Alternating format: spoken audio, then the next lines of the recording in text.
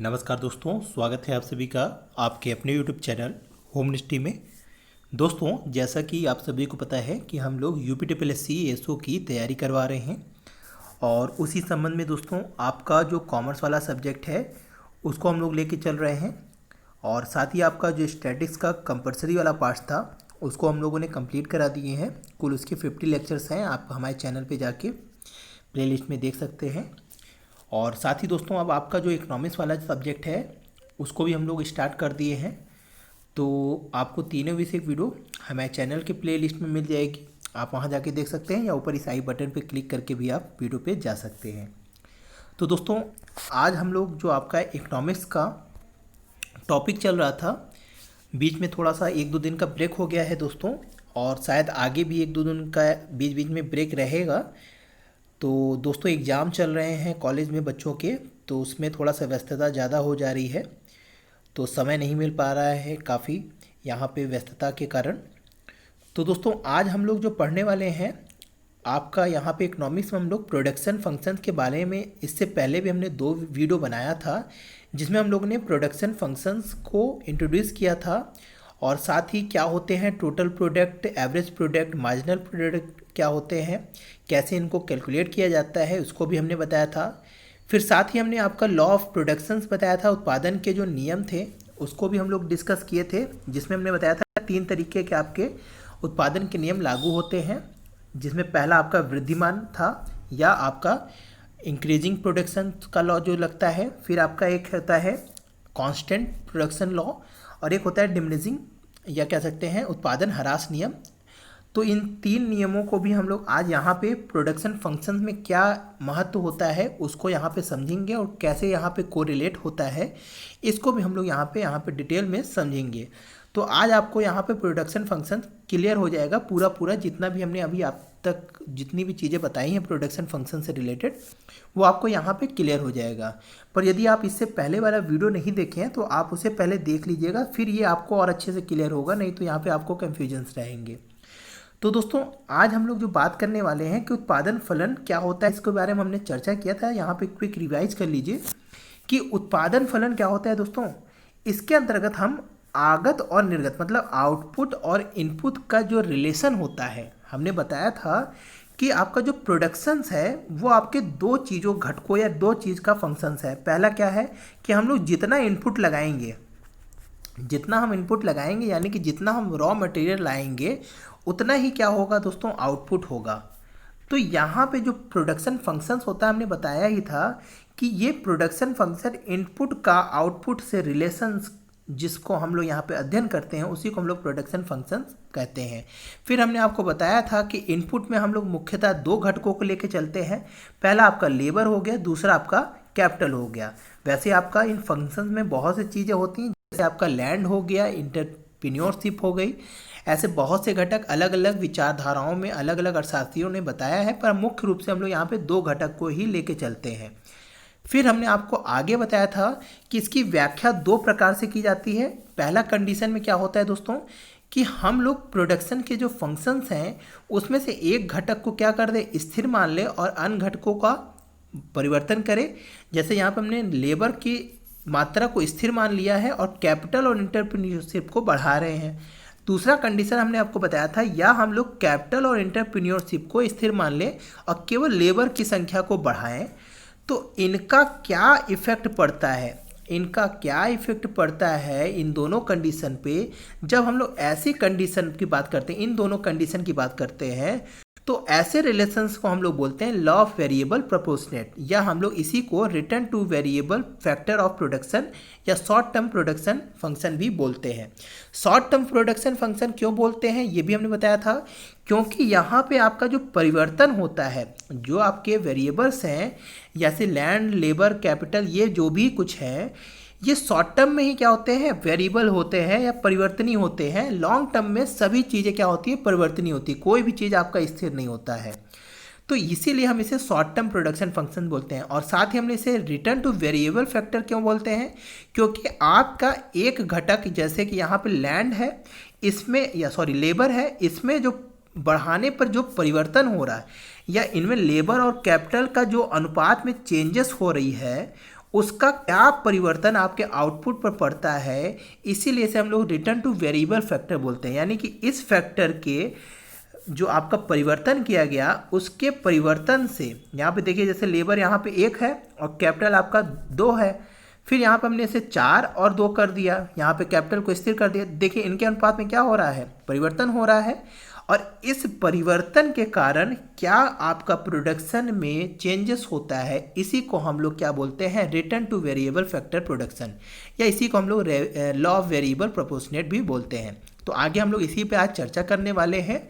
आपका यहाँ पे फर्स्ट कंडीशन जो यहाँ पे है इसी को हम लोग यहाँ पे डिस्कस करेंगे। नेक्स्ट वीडियो में हम लोग यहाँ पे रिटर्न टू स्केल वाला जो आपका सेकंड कंडीशन है उसको समझेंगे। तो आज हम लोग जो समझने वाले हैं वो आपका इसी शॉर्ट रन प्रोडक्शन फंक्शंस में हम लोग समझेंगे कि यहाँ पे आपका जो ये दो चीज़ें हैं या एक ही चीज़ कहेंगे, इसको दो नाम से हम लोग पुकारते हैं, लॉ ऑफ वेरिएबल प्रोपोर्शनेट या return two variable factor production, या इसी को हम लोग शॉर्ट टर्म प्रोडक्शन फंक्शन भी बोलते हैं। तो शॉर्ट रन प्रोडक्शन फंक्शन में हमने आपको जैसे अभी बताया, तो एक होता है इसमें ट्रेडिशनल कॉन्सेप्ट, एक है मॉडर्न कॉन्सेप्ट। अभी हमने जैसे आपका यहाँ पे कंडीशन 1 और कंडीशन 2 बताई, पहले कंडीशन में वही चीज़ यहाँ पे है कि फर्स्ट कंडीशन जो आपका ट्रेडिशनल कंडीशन है, वो फर्स्ट कंडीशन जो था वो ट्रेडिशनल कॉन्सेप्ट कहलाता है, जिसमें हम लोग वन फैक्टर को क्या करते हैं, वन या मोर फैक्टर को फिक्स कर लेते हैं। यहाँ पे देखिए हमने कैपिटल और इंटरप्रेन्योरशिप को क्या कर लिया, वन या मोर फैक्टर को फिक्स कर लिया, और रिमेनिंग को हम लोग वेरिएबल मान लेते हैं, यानी उसको परिवर्तनीय मान लेते हैं। और मॉडर्न कॉन्सेप्ट क्या करता है कि ओनली वन फैक्टर क्या होंगे, आपके वेरिएबल होंगे यानी परिवर्तनीय होंगे, और सारी क्या हो जाएंगे, आपकी फिक्स हो जाएंगी। जैसे हमने यहाँ पे देखिए एक फैक्टर को क्या किया है, वेरिएबल को परिवर्तनीय माना है, और सबको हमने देखिए कैपिटल इंटरप्रेन्योरशिप को फिक्स मान लिया। तो ये इसको हम लोग इस तरीके से भी समझते हैं, ट्रेडिशनल कॉन्सेप्ट क्या है या मॉडर्न कॉन्सेप्ट क्या है, इसको भी आप लोग जानते रहिए। जैसे हमने यहाँ पे आपको समझाया है, ये पहला कंडीशन जो हमने अभी आपको बताया, ये ट्रेडिशनल कॉन्सेप्ट है, जिसमें आपका एक स्थिर होता है, सब वेरिएबल्स होते हैं या सब परिवर्तनीय होते हैं। और जो आपका मॉडर्न कॉन्सेप्ट है उसमें सब आपका स्थिर होता है, एक वेरिएबल या एक परिवर्तनीय होता है। तो ये तो आपका अभी मोटा मोटा जो चीज़ है ये हम लोगों ने समझ लिया। अब जो यहाँ पे मेन चीज़ आता है, लॉ ऑफ वेरिएबल प्रोपोर्शनेट या परिवर्तनीय अनुपात का नियम है क्या। जैसा कि हमने यहाँ पे बताया कि दोनों कंडीशन का जो आपका नियम बनता है वो एक ही नाम से पुकारा जाता है, या लॉ ऑफ वेरिएबल प्रोपोर्शनेट बोल लीजिए, रिटर्न टू वेरिएबल फैक्टर बोल लीजिए, या शॉर्ट टर्म प्रोडक्शन। तो अब हम लोग को यही मेन चीज़ समझना है। तो हमने जैसे भी समझाया आपको कि ये क्या है, इसको आप लोग सिंपली समझ लीजिए। इसकी परिभाषा हम पढ़ते हैं, फिर उसके बाद हम आपको इसको समझा देते हैं फिर से, कि it state that as more than more unit of a variable factor are applied to given quantity to fix factor, the total product increase at increasing rate, but eventually it will increase at a decreasing या diminishing rate. अब ये क्या है, इसको हम अभी आपको समझाते हैं। एक बार हिंदी में भी देख लीजिए कि उत्पादन क्रिया में यदि एक साधन को स्थिर रखा जाए, जैसे कि हमने क्या कहा, आपका एक साधन को स्थिर रखा जाए, मतलब हमने क्या कहा, यहाँ पे कैपिटल और हम लोग दो चीज़ को लेके चल रहे हैं, कैपिटल और लेबर को। अब यदि एक साधन को स्थिर रखा जाए, मतलब हमने कैपिटल को स्थिर मान लिया, तथा अन्य में वृद्धि की जाए, मतलब हमने लेबर में वृद्धि किया, तो प्रारंभ में आगतों में क्या होती है, वृद्धि होती है। जैसे यहाँ पे लिया है कि इंक्रीजिंग होता है, इंक्रीजिंग रेट से, इंक्रीज होता है इंक्रीजिंग रेट से। वृद्धि तुलना में उत्पादन की मात्रा में अधिक वृद्धि होती है, मतलब जितना आप लेबर में वृद्धि कर रहे हैं उसके कंपेयर ज़्यादा आउटपुट में क्या हो रहा है, यहाँ पे आपका वृद्धि हो रही। उत्पादन मतलब आउटपुट मतलब प्रोडक्शन है, उत्पादन में आपके लेबर से ज़्यादा, जितना आप मान लीजिए अगर लेबर में 1 वृद्धि करते हैं तो प्रोडक्शन आपका 2 बढ़ जाता है। तो वही चीज़ कह रहे हैं कि उत्पादन की मात्रा में अधिक वृद्धि हो सकती है, परंतु एक सीमा की बात। मतलब क्या है कि लेबर की मात्रा बढ़ाते गए और हमने 10 तक कर दिया लेबर। तो 10 के बाद क्या होगा, एक सीमा के बाद, मतलब मान लीजिए 10 के बाद आगतों में उसी अनुपात में वृद्धि नहीं आएगी। अब क्या है, जैसे हमने 1 लेबर बढ़ा रहे थे तो 2 प्रोडक्शन हो रहा था, तो 10 बढ़ाने पर हमें कितना होना चाहिए, 20 होना चाहिए, पर 20 ना हो के आपका क्या होगा, उस अनुपात में नहीं होगा। मान लीजिए यहाँ पे आपका 15 ही प्रोडक्शन होगा। तो यही आपका जो नियम है, यही आपका क्या कहलाता है, परिवर्तनीय अनुपात का नियम कहलाता है।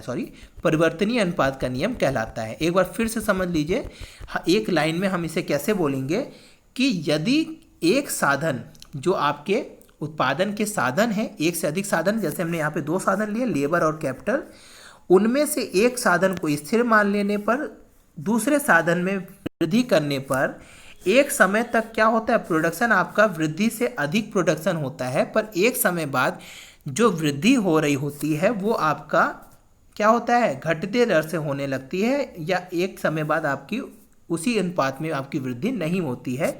इसी को परिवर्तनीय अनुपात का नियम कहते हैं। तो ये आपका हमने आपको इक्वेशन के तरीके से समझा दिया है। आशा है आपको ये चीज़ समझ में आ गया होगा। इसको थोड़ा सा एक एग्जाम्पल में भी समझ लीजिए तो आपको और अच्छे से क्लियर हो जाएगा।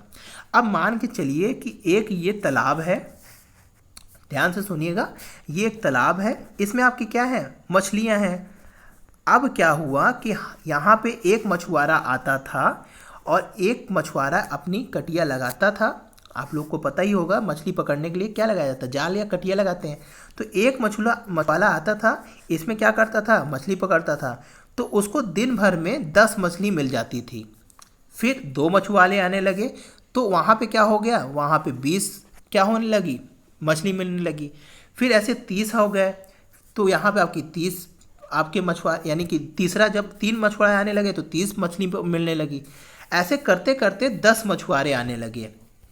तो आपका ये चीज़ क्या हुआ, बढ़ रहा था, पर एक समय बाद क्या हुआ कि आपके तालाब में क्या होगी, मछली की भी एक संख्या होगी। तो यहाँ पे आपका प्रोडक्शन क्या हुआ, जब 10 मछुआरे आने लगे तो अब सबका क्या हुआ, जहाँ पे एक मछुआरे को 10 मिल जाता था, अब क्या हो गया, आपके मछुआरों को 5-5 ही मछलियाँ सबको मिलने लगी। क्यों, क्योंकि अब इसमें क्या हो गया, आपके मछुआरों की संख्या बढ़ाने से आपका प्रोडक्शन यहाँ पे 100 नहीं हो गया, आपका प्रोडक्शन 100 नहीं हुआ, बल्कि यहाँ पे आपका प्रोडक्शन क्या हो गया, 75 पे ही रुक गया। तो यही चीज़ आपका सिंपल सा हर जगह लागू होता है। मार्शल ने जो आपका यहाँ पे कहा था उसे केवल कृषि तक सीमित रखा था या कृषि भूमि तक सीमित रखा था, पर रॉबिन्स और टॉर्गेट महोदय थे इस नियम को हर जगह लागू करने के लिए यहाँ पे उन्होंने मान्यता दी। मतलब आप कारखाना ले लीजिए, खदान ले लीजिए, जैसे कोयले की खदान है तो उसमें शुरू में आपके 100 लेबर काम करते हैं तो वहाँ पे आपका 1 टन कोयला निकलता है। फिर आपके 200 लेबर बढ़ा दिए गए तो वहाँ पे 150 टन कोयला निकलने लगा। पर एक समय ऐसा आएगा कि आपका जितने लेबर बढ़ाएंगे वहाँ पे प्रोडक्शन बढ़ेगा नहीं, बल्कि क्या होने लगे, घटने लगे, क्योंकि आपका कोयले की जो खान होगी उसकी भी क्या होगी, एक क्षमता होगी। तो यहाँ पे आपके लेबर एक समय तक ही क्या होते हैं, बढ़ाने पर आपका प्रोडक्शन बढ़ता है। एक समय बाद एक ऐसा समय आएगा कि लेबर को बढ़ाने से कोई भी आपका प्रोडक्शन में इंक्रीज नहीं होगी। तो आशा है यही जो नियम है इसी को परिवर्तनीय अनुपात का नियम बोलते हैं। यहाँ पे कैपिटल को हम लोग स्थिर मान लिए, लेबर को बढ़ाते गए बढ़ाते गए बढ़ाते गए, पर लेबर एक समय तक ही क्या होंगे, आपको फ़ायदा करेंगे, आपके प्रोडक्शन में वृद्धि लाएंगे, पर एक समय बाद आपके लेबर को जो वृद्धि कर रहे हैं वो आपके किसी काम का नहीं होगा, क्योंकि प्रोडक्शन आपका क्या होगा, निगेटिव होने लगेगा। पहले तो घटते दर से होगा, फिर आपका निगेटिव होने लगेगा। तो आशा है ये कहानी आपको, कविता जो हमने एग्जाम्पल में समझाई है उसको भी आपको अच्छे से समझ में आ गया होगा। तो ये आपका यही परिवर्तनीय अनुपात का नियम है। इसको हम लोग थोड़ा सा एजम्पशन इसके जो है वो समझ लीजिए। 2 बहुत ही मुख्य एजम्पशन है, इसको आप लोग याद कर लीजिए। No change the of state of technology, मतलब क्या है कि यहाँ पे आपका लेबर और जो कैपिटल है इसको जब हम लोग बढ़ा रहे हैं तो आपके यहाँ टेक्नोलॉजी की में कोई चेंजेस नहीं होनी चाहिए। आप जो भी प्रोडक्शन कर रहे हैं वो उसी टेक्नोलॉजी से होना चाहिए। मतलब अगर पहले आप आदमी से काम करवाते थे तो आदमी से ही लेबर बढ़ा के काम करवाइए, ऐसा नहीं कि मशीन ले आके कोई लगा दिए या कोई ऑटोमेशन मशीन लगा दिए। ऐसे कोई भी चीज़ है कि जो मशीन पुरानी काम कर रही थी उसी मशीन से आप प्रोडक्शन करिए, ऐसा नहीं कि कोई और एक्सपर्ट मशीन लेके चले आइए। तो वही चीज़ कह रहा है कि आपकी जो टेक्नोलॉजी होगी वो ना परिवर्तनीय होगी, उसमें कोई भी चेंजेस नहीं होगा। फिर दूसरा क्या है, variable factor are homogeneous are equally efficiently. Like क्या है, पहला जो होगा वो आपका 1:2 होगा। मतलब क्या है, इसको समझ लीजिए कि यहाँ पे लेबर और कैपिटल 2 चीज़ है। यहाँ पे आपका लेबर और कैपिटल में 2 का अनुपात है, 1:2 का है। तो अब जैसे आपका प्रोडक्शन जो लेबर का बढ़ेगा, जैसे हमने पहला ये था, आपका दूसरा जब हमने किया तो आपने यहाँ पे लेबर की संख्या 2 से 4 कर ली और कैपिटल को उतना ही रखने दिया। तो यहाँ पे आपका जो अनुपात बनेगा वो क्या हो गया, आपका 2:1 हो गया। तो यहाँ पे देखिए चेंजेस हो रहा है। तो ये चीज़ कह रहा है कि इसमें आपका होमोजीनियस होना चाहिए, मतलब आपके सभी अनुपात क्या होने चाहिए, आपके होमोजीनियस इफिशियंट होने चाहिए। तो ये आपके दो एजम्पशन है, इसको अच्छे से समझे रखिएगा, याद रखिएगा। ये क्वेश्चन आपके एजम्पशंस के पूछे जा सकते हैं। फिर आपका यहाँ पे एग्जाम्पल्स है, इसको हम लोग देख लेते हैं। वही चीज़ यहाँ पे हम लोग एग्जाम्पल में समझा देते हैं शेड्यूल वाइज। तो यहाँ पे आपका देखिए हमने एक चीज़ लेबर लिया है, एक आपका कैपिटल यूनिट लिया है, यानी एलिमेंट आपका प्रोडक्शन में क्या चीज़ है, दो चीज़ों को हम लोग लगाते हैं, एक लेबर को लगा रहे हैं, एक कैपिटल को लगा रहे हैं। अब यहाँ पे ध्यान दीजिएगा, आपका जो लेबर है इसमें देखिए हम लोग वृद्धि कर रहे हैं। पहले 0 लेबर थे, कैपिटल आपके उतने ही हैं, देखिए आपके सारे कैपिटल क्या हैं, उतने ही हैं, दिख रहा है ना। पर हम लोगों ने लेबर की संख्या में वृद्धि कर रहे हैं। तो अब जैसे 0 लेबर थे और कैपिटल आपने 5 रुपये लगाया था, तो आपका टोटल प्रोडक्शन, एवरेज प्रोडक्शन और मार्जिनल प्रोडक्शन सब 0 होगा, क्योंकि लेबर ही नहीं है, तो काम कहाँ से होगा। तो ये आपका हो गया। फिर आपका एक लेबर हमने बुलाया और कैपिटल आपने उतना ही रखा, क्योंकि हमें दो में से एक ही चीज़ को क्या करना है, वृद्धि लाना है। तो हमने जब देखा, जब एक लेबर को लगाया तो यहाँ पे आपका टोटल प्रोडक्शन 10 हो गया और एवरेज प्रोडक्शन भी क्या होगा, 10 ही होगा, और आपका मार्जिनल प्रोडक्शन भी 10 होगा। कैसे निकाला जाता है टोटल, एवरेज और मार्जिनल, ये हमने आपको इससे पहले वाली वीडियो में समझा दिया गया है, वहाँ पे आप लोग देख सकते हैं। फिर आपका यहाँ पे हमने 2 लेबर बढ़ा दिया, तो यहाँ पे आपका कैपिटल उतना ही है। आपका जो टोटल प्रोडक्शन वो 26 हो गया और आपका एवरेज प्रोडक्शन क्या हो गया, 13 हो गया, 26/2 इक्वल टू 13। तो ये आपका एवरेज प्रोडक्शन 13 हुआ और मार्जिनल आपका 16 होगा, क्योंकि आपका 10 में से 26 घटाएंगे तो आपका मार्जिनल कितना निकलेगा, दूसरे वाले से हमारा 16 वृद्धि हो रही है। तो इसी तरह आपने जैसे जैसे आपने लेबर की संख्या बढ़ाती गई, आपका टोटल प्रोडक्शन देखिए बढ़ रहा है कि नहीं बढ़ रहा। फिर आपका एवरेज प्रोडक्ट भी क्या हो रहा है, देखिए बढ़ रहा है। पर एक समय के बाद ये क्या हो गया, एवरेज प्रोडक्ट आके स्थिर हो गया और आपका यहाँ पे मार्जिनल प्रोडक्ट एक समय तक तो बढ़ा, पर यहाँ पे क्या होगा, घटने लगा। तो ये आपका, जब आपका पहली स्टेज कब होती है, जब आपका टोटल प्रोडक्ट और एवरेज प्रोडक्ट इंक्रीज कर रहा होता है, तब तक आपकी पहली स्टेज होती है। बट जैसे ही आपका एमपी डिक्लाइन होता है, वहीं पर क्या हो जाता है, आपका पहला स्टेज खत्म हो जाता है। तो इतने स्टेज को हम लोग क्या बोलते हैं, पहला स्टेज बोलते हैं। यहाँ पे देखिए पहला स्टेज आपका क्या कहलाया, लॉ ऑफ इंक्रीजिंग। क्यों इंक्रीजिंग करा रहा है, क्योंकि यहाँ पे आपका जो टोटल प्रोडक्ट है वो इंक्रीज कर रहा है और आपका एवरेज प्रोडक्ट भी क्या कर रहा है, इंक्रीज कर रहा है, और वो भी इंक्रीजिंग रेट से है, बढ़ते दर से। एक देखिए बढ़ता है बढ़ते दर से, एक बढ़ता है घटते दर से। मतलब पहले 10 से 20 हुआ तो ये क्या हुआ, बढ़ते दर से बढ़ रहा है। पर अगर 10 से आपका 12 हुआ, बढ़ा तो, पर घटते दर से बढ़ा। समझ में आया। तो यहाँ पे आपका जो पहला स्टेज होता है, वहाँ पे लॉ ऑफ इंक्रीजिंग रेट पे होता है या इंक्रीज रेट पे होता है। तो इसमें आपका फर्स्ट स्टेज पे, अभी हम लोग रिलेशन को बाद में समझेंगे, यहाँ पे पहले आप इसको समझिए। तो यहाँ पे आपका भी हम रिलेशनशिप को बाद में समझेंगे, पहले आप पहले स्टेज को समझिए। फिर देखिए दूसरा कंडीशन क्या हुआ, आपका यहाँ पे फिर हमने लेबर को बढ़ाते ही गए, यहाँ पे आपका हमने लेबर को फिर बढ़ाते ही गए, 4 से 5 कर दिया, और आपका कैपिटल उतना ही रहेगा, स्थिर रहेगी। फिर यहाँ पे देखिए आपका टोटल प्रोडक्ट बढ़ तो रहा है, पर यहाँ पे जो बढ़ रहा है वो आपका क्या हो रहा है, आपका घटते दर से बढ़ रहा है। देखिए बढ़ा तो, पर यहाँ पे घटते दर से टोटल प्रोडक्ट बढ़ रही है, और आपका एवरेज प्रोडक्ट भी क्या हो रहा है, घटने लगी है। आपका सेकंड स्टेज देखिए घटने लगी है, पर यहाँ पे आपका मार्जिनल प्रोडक्ट भी घट रहा है, पर अभी माइनस नहीं हुआ है, 0 तक आया है। तो जब आपका मार्जिनल प्रोडक्ट 0 तक रहता है, तो इसे हम लोग सेकंड स्टेज बोलते हैं, जिसे हम लोग लॉ ऑफ डिमिनिशिंग बोलते हैं। लॉ ऑफ डिमिनिशिंग में क्या होता है, आपका टोटल प्रोडक्ट बढ़ तो रहा होता है, पर आपका घटते दर से बढ़ा। यहाँ पे देखिए आपका जो वृद्धि हो रही थी, वो वृद्धि यहाँ पे नहीं देखने को मिलेगी आपको। यहाँ पे 1-2 ही वृद्धि हो रही है। यहाँ पे देखिए बहुत ज़्यादा वृद्धि हो रही थी, 10 से सीधे 13 वृद्धि हुई, 26 से फिर देखिए दुगनी वृद्धि हो गई। तो यहाँ पे देखिए, यहाँ पे आपका ज़्यादा वृद्धि नहीं होगी। जैसे जैसे होगा टोटल प्रोडक्ट में वृद्धि तो होगी, पर घटते दर से वृद्धि हो रही है।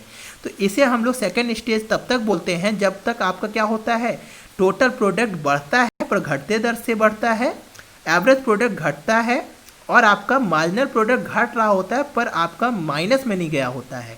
तो इसे हम लोग सेकंड स्टेज में रखते हैं। पर आपका अगर अब भी आप लेबर की संख्या में वृद्धि करते जाते हैं तो आपका क्या होगा, टोटल प्रोडक्ट भी आपका घटने लगता है, बढ़ेगा नहीं घटने लगेगा। और मार्जिनल प्रोडक्ट, एवरेज प्रोडक्ट तो घट ही रहा था, पर यहाँ पे मार्जिनल प्रोडक्ट क्या हो जाएगा, आपका माइनस हो जाएगा। तो जब आपका मार्जिनल प्रोडक्ट माइनस हो जाता है और टोटल प्रोडक्ट घटने लगती है तो उसे हम लोग लॉ ऑफ डिमिनिशिंग बोलते हैं। यहाँ पे आपका टोटल प्रोडक्ट घटते दर से क्या होता है, घटता है। तो अब ये 3 स्टेज आपकी होती है। इन तीनों स्टेज में रिलेशनशिप देख लीजिए, टोटल प्रोडक्ट, एवरेज प्रोडक्ट और मार्जिनल प्रोडक्ट में। यही चीज़ का हमने अलग से यहाँ पे सार बना दिया है। यहाँ पे समझ लीजिए कि पहली स्टेज में क्या होगा, टोटल प्रोडक्ट, एवरेज प्रोडक्ट और मार्जिनल प्रोडक्ट तीनों बढ़ेगा। इसको रुक जाइए, रफ कर देते हैं। तो यहाँ पे आपका देखिए तीनों आपका रिलेशनशिप में समझिए कि यहाँ पे आपका पहला स्टेज में क्या होगा, आपका टोटल प्रोडक्ट, एवरेज प्रोडक्ट और मार्जिनल प्रोडक्ट पॉजिटिव है। पहली बात तो देखिए यहाँ पे सारे नंबर्स क्या हैं, पॉजिटिव हैं और सभी क्या हो रहे हैं, यहाँ पे इंक्रीज कर रहे हैं। समझ में आया? देखिए टीपी और एपी इंक्रीजिंग, टीपी और एपी देखिए इंक्रीज कर रहे हैं जैसे हमने अभी बताया। But MP is decline started, और देखिए यहाँ पे 22 से एमपी की डिक्लाइन क्या हो गई, 16 हो गई। तो ये चीज़ पहली आपकी स्टेज में, इसको याद कर लीजिए, नोट्स कर लीजिए, बहुत ही इंपॉर्टेंट है कि फर्स्ट स्टेज में आपका जब टोटल प्रोडक्ट, एवरेज प्रोडक्ट और मार्जिनल प्रोडक्ट क्या होते हैं, पॉजिटिव होते हैं। जब ये तीनों पॉजिटिव होते हैं तो टीपी और एपी क्या होते हैं, इंक्रीज कर रहे होते हैं। बट एमपी क्या होती है, डिक्लाइन करने लगती है। ये पहली स्टेज में है। और जब ऐसी कंडीशन होती है तो उसे हम लोग लॉ ऑफ इंक्रीजिंग आपका बोलते हैं, लॉ ऑफ इंक्रीजिंग प्रोडक्शन बोलते हैं। फिर आपका दूसरा स्टेज में कैसा रिलेशन होता है, इसको समझ लीजिए। देखिए यहाँ पे भी टीपी, एपी, एमपी क्या है, पॉजिटिव है, सारे नंबर्स क्या हैं, पॉजिटिव हैं। बट आपका TP increase but decline rate, यहाँ पे देखिए टीपी बढ़ तो रहा है पर जैसे हमने भी बताया घटते दर से बढ़ रहा है। तो ये भी आप लोग समझ गए होंगे, यहाँ पे टीपी बढ़ेगा पर घटते दर से। फिर यहाँ पे क्या है, आपका एपी और एमपी क्या होने लगेंगे, डिक्लाइन करने लगेंगे। यहाँ पे देखिए एपी और एमपी दोनों क्या है, घट रहे हैं, पर एमपी ज़्यादा तेज़ से घटेगा, एमपी ज़्यादा तेज़ी से घटेगा। देखिए यहाँ पे एमपी ज़्यादा तेज़ से घट रहा है, 7 से सीधे 5 हो गया, 5 से 3 हो गया, पर यहाँ पे देखिए एक ही घट रही है और यहाँ पे 0.89 का घटा है। तो यही चीज़ कह रहा है कि एपी और एमपी दोनों घटेंगे पर एमपी ज़्यादा तेज़ी से घटेगा। तो ये आपका सेकंड स्टेज हो गया। लास्ट स्टेज क्या है, इसको भी समझ लीजिए, third stage, TP decline but positive. देखिए टीपी घट तो रहा है पर पॉजिटिव है अभी भी। AP decline but positive, AP भी देखिए घटा है पर पॉजिटिव है, पर एमपी क्या हो रहा है, घटा भी और निगेटिव में चला गया। तो आपके ये 3 स्टेज हैं। आशा है ये चीज़ आपको समझ में आ गया है। इसको एक फिगर में देख लीजिए तो और अच्छे से समझ में आ जाएगा। देखिए यहाँ पे हमने फिर से आपको यहाँ पे फिगर में भी समझा दे रहे हैं। थोड़ा सा वीडियो बड़ा हो रहा है पर चीज़ें क्लियर रखिए, इसमें कंफ्यूज ना होइएगा।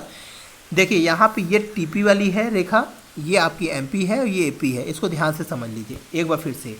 देखिए यहाँ पे हम लोग टीपी को केवल पहले देख रहे हैं। देखिए टीपी 0, 10, 26, 48, 64 हो रहा है। देखिए पहली बात यहाँ पे देखिए 0 है टीपी, फिर 0 से क्या हो जा रहा है, यहाँ पे 10 हो जा रहा है। ये देखिए यहाँ पे 10 पे यहाँ पे क्लिक हुआ, फिर यहाँ पे सीधे देखिए 26 पे क्लिक करेगा तो ये देखिए ये 26 पे क्लिक किया। फिर आपका क्या है 48 है तो यहाँ पे देखिए 48 पे क्लिक किया।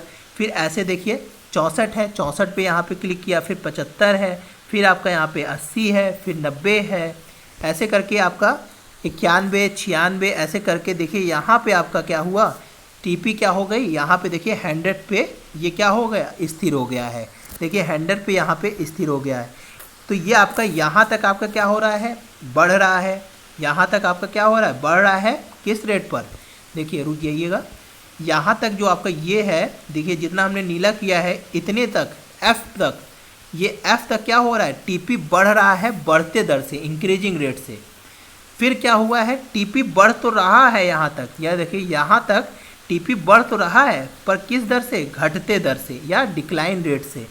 फिर देखिए यहाँ पे आपका टीपी क्या हो गया, घटने लगा है। देखिए तीसरे स्टेज में क्या हुआ, टीपी भी क्या होने लगा, निगेटिव, या सॉरी घटने लगा है, निगेटिव नहीं घटने लगा है। तो ये आपका टीपी वाला आपने समझ लिया। अब आपने इसको ज़रा सा समझिए, इसी को आगे एपी को समझ लीजिए। देखिए एपी क्या हो रहा है, शुरू में देखिए यहाँ पे एपी बढ़ रहा है पर यहाँ एक जगह आके क्या होगा, स्थिर हो गया। देखिए शुरू में एपी क्या हो रहा है, बढ़ रहा है पर एक जगह आके क्या हो गया 16 पे स्थिर हो गया। फिर एपी क्या होने लगा आपका, सॉरी ये आपका यहाँ से एपी बढ़ा, फिर एक जगह स्थिर हो गया, फिर यहाँ पे देखिए एपी घटने लगा है, घटने लगा, पर कभी भी ये एपी आपका एक्स अक्ष को नहीं टच करेगा और कभी भी ये निगेटिव नहीं होगा। कभी भी देखिए एपी ऐसे नहीं जाएगा। तो ये देखिए आपका ऐसे आपका बढ़ा है। फिर आपका एमपी की बात कर ले तो एमपी देखिए शुरू में बढ़ा है, फिर आपका कम हो गया, घटने लगा। तो यहाँ पे वही चीज़ है, आपको इसको हम लोग येलो से दिखा देते हैं। यहाँ पे देखिए एमपी यहाँ पे बढ़ा, फिर यहाँ पे घटने लगा, फिर आपको घटते घटते एक पॉइंट कितना आ गया, 0 पे आ गया। तो ये देखिए यहाँ पे एमपी जो ये दूसरा 0 पे आ गया है दूसरे स्टेज पर। फिर आपका थर्ड स्टेज पे एमपी क्या हो गया, डिक्लाइन हो गया। तो ये देखिए एक्स अक्ष को काटते हुए ये 0 से आपका निगेटिव में चला गया। तो वही चीज़ यहाँ पे हम लोग फिगर में भी बना के समझाए हैं। तो आशा है आपको ये पूरी चीज़ कहानी समझ में आ गई होगी, जितना भी चीज़ें यहाँ पे है इसको, सॉरी, तो ये चीज़ें आपको समझ में आ गई। अब इसी को हम लोग थोड़ा सा यहाँ पे जिससे क्वेश्चन आपका बनता है, इसी को हमने फिर से एक पॉइंट में नोट कर दिया। जो चीज़ हमने यहाँ पे समझाया है आपको, यही चीज़ हमने अलग से आपको यहाँ पे नोट करा दिया गया है। इसको आप लोग ज़रूर से नोट करके याद कर लीजिए, और ये अगर समझे होंगे तो आपको यहाँ पर दिक्कत नहीं होगा। अब तो देखिए पहला पॉइंट क्या कह रहा है, रिलेशनशिप बिटवीन टीपी और एमपी का। तो पहला क्या कह रहा है कि व्हेन टीपी इंक्रीज, जब टीपी टोटल प्रोडक्शन बढ़ रहा होता है इंक्रीजिंग रेट में। इंक्रीजिंग रेट में कब बढ़ रहा है, देखिए इंक्रीजिंग रेट में बढ़ रहा है पहले स्टेज में। तो आपका एमपी क्या होगा, आल्सो इंक्रीज हो रहा है। एमपी देखिए आपका आल्सो इंक्रीज हो रहा है, दिख रहा है, यहाँ पे भी देख सकते हैं एमपी देखिए यहाँ पे आल्सो इंक्रीज हो रहा है, समझ में आया। But when TP increase at A diminishing rate, पर टीपी बढ़े और घटते दर से बढ़े तो आपका एमपी क्या हो जाता है, यहाँ पे आपकी एमपी क्या होने लगी, देखिए डिक्लाइन होने लगी। यहाँ पे देखिए टीपी बढ़ तो रहा है पर घटते दर से, पर एमपी क्या होने लगी, डिक्लाइन होने लगी। तो यही चीज़ कह रहा है कि जब टीपी इंक्रीज होता है डिमिनिशिंग रेट में तो एमपी क्या होने लगती है, डिक्लाइन करने लगती है। फिर तीसरा पॉइंट क्या समझा रहा है कि when TP reach is the maximum point या कांस्टेंट, जब आपकी टीपी आपकी क्या हो जाती है, मैक्सिमम पॉइंट में देखिए आ गई है, तब क्या होता है, तब आपका एमपी क्या हो जाता है, 0 हो जाता है। ये देखिए जब आपका टीपी मैक्सिमम पॉइंट पर है, ये यहाँ पे देखिए टीपी मैक्सिमम पॉइंट पर है, तो यहाँ पे देखिए एमपी वाली जो लाइन है ये देखिए कहाँ पे आ गई, 0 को टच करने लगी। तो इसको भी समझे रखिए कि जब आपका टीपी मैक्सिमम होती है या कांस्टेंट होती है तो एमपी क्या हो जाती है, 0 हो जाती है। फिर आपका चौथा पॉइंट टीपी का क्या है रिलेशन, कि when TP decline, when TP decline मतलब देखिए जब ये टीपी आपकी घटने लगी तो एमपी क्या हो गई, ये निगेटिव में चली गई। जब टीपी घटी तो यहाँ पे देखिए एमपी भी क्या होने लगी, घटने लगी। या आप यहाँ पे भी देख सकते हैं शेड्यूल में भी यहाँ पे देखिए समझाया गया है कि आपको जैसे ही देखिए या टीपी आपकी क्या हो गई, डिक्लाइन हुई, तो यहाँ पे देखिए एमपी क्या हो गया, निगेटिव हो गया। तो ये चौथा पॉइंट यही है कि TP became decline, MP became negative, तो एमपी क्या हो जाएगा, आपका निगेटिव हो जाएगा। तो ये आपका रिलेशन बिटवीन है टीपी और एमपी में। इसी तरह आपका टीपी और एपी में, सॉरी एमपी और एपी में, ये गलत लिखा हुआ है, इसको सही कर लीजिएगा। एमपी और एपी में क्या रिलेशन है इसको भी समझ लीजिए, एमपी और एपी में। तो एमपी और एपी में क्या है ये समझ लीजिए, when MP is greater than AP, when MP मतलब एमपी ज़्यादा हो एपी से। देखिए यहाँ पे एमपी ज़्यादा है एपी से, इस चित्र में ही देखिएगा, देखिए ये आपका एमपी वाली लाइन है, देखिए हम जो इसको लाल से कर रहे हैं ये देखिए एमपी वाली लाइन है, ये एमपी वाली लाइन है, और इसको हम लोग नीले से दिखा दे रहे हैं एपी वाली लाइन, ये देखिए ये नीले वाली एपी है। तो यही कह रहा है कि जब आपके एमपी ग्रेटर है एपी से, जब एमपी ज़्यादा है आपके क्या, आपका ये देखिए एमपी ज़्यादा है किससे, आपके एपी से, तो क्या होगा, AP is rising. AP is rising मतलब देखिए एपी क्या हो रही है, बढ़ रही है, ये देखिए बढ़ रही है। यहाँ पे भी देख सकते हैं कि जब आपका एमपी क्या है, ज़्यादा है, तो यहाँ पे एपी क्या हो रही है, आपकी बढ़ रही है। फिर आपका क्या कह रहा है कि when MP equal to AP, जब आपका एमपी और एपी इक्वल हो जाते हैं किस पॉइंट पर, यहाँ पे देखिए इस पॉइंट पर, यहाँ पे देखिए इक्वल हो गए, तो क्या होगा, AP reach is the maximum point. तो आपका एवरेज प्रोडक्शन क्या होता है, मैक्सिमम पॉइंट पे होता है, उसके बाद ये घटने लगेगी, तो ये आपका मैक्सिमम पॉइंट होता है।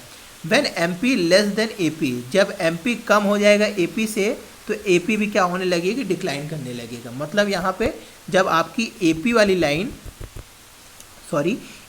लाइन क्या हो जाएगी, आपकी एमपी वाली लाइन नीचे हो जाएगी एपी की, तो एपी भी क्या होने लगेगा, डिक्लाइन करने लगेगा। तो यही चीज़ आपके यहाँ पे कुछ पॉइंट्स हैं, आशा है आपको चित्र के माध्यम से भी चीज़ें समझ में आ गई होंगी। यहाँ पे आखिरी में 2 पॉइंट्स और हैं, नोट कर लीजिएगा, इंपॉर्टेंट पॉइंट्स है। The maximum point of marginal product comes in earlier than the average product. मतलब क्या कह रहा है कि आपका जो मैक्सिमम पॉइंट मार्जिनल प्रोडक्ट का होता है वो जल्दी आता है किसके अकॉर्डिंग, एवरेज प्रोडक्ट के। मतलब आपका एमपी जल्दी मैक्सिमम पॉइंट पे पहुंचता है एज कंपेयर एवरेज प्रोडक्शंस के।